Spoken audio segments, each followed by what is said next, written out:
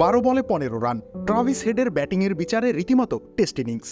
Head সম্ভবত টি-20তে test খেলতে পছন্দ করলেন না, ব্যাটে ঝড় তুললেন। সেই ঝড়ে তাল হারালো ইংলিশ বোলিং লাইন আপ। হেডের ঝড়ের সবথেকে বড় ঝাপটা গিয়েছে স্যাম কারেনের উপরে।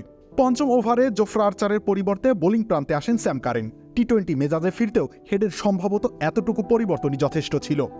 প্রথম 2 বলে 2-4 হাঁকিয়ে কারেনকে বোলিং আক্রমণে স্বাগত জানান হেড। তৃতীয় বলে আর 4 হাঁকিয়ে সন্তুষ্ট হওয়া গেল না। ছক্কা বৃষ্টির সূচনা এখান থেকেই।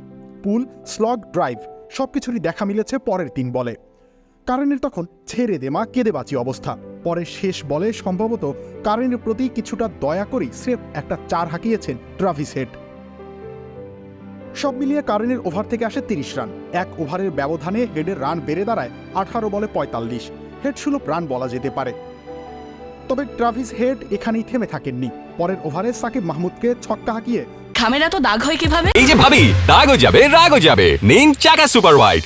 পৌঁছে যান ব্যক্তিগত 50 রানে। 50 রান করতে হেডকে খেলতে হয় মাত্র 19 বল। শেষ পর্যন্ত 23 বলে 59 রান করে সেই ওভারেই সাকিব মাহমুদের বলে কক্সের হাতে ক্যাচ দিয়ে ফেরেন ট্রাভিস হেড। অর্থাৎ আউট হওয়ার আগে শেষ 11 বলে হেডের ব্যাট থেকে আসে 47 রান। 8-4 এবং 4-6 সাজানো ইনিংসে বাউন্ডারি থেকেই তিনি আদায় করেছেন 56। 2024 সালে এখন পর্যন্ত টি-20তে হেড 7 বার পাওয়ার প্লেতে হাফ সেঞ্চুরি পূর্ণ করেছেন। টি-20 ক্রিকেট ইতিহাসে সব থেকে বেশি 10 বার পাওয়ার প্লেতে হাফ সেঞ্চুরি পূর্ণ করেছেন ক্রিস গেইল। হেড কি গেইলের রেকর্ড 1 বছরেই ভেঙে দেবেন?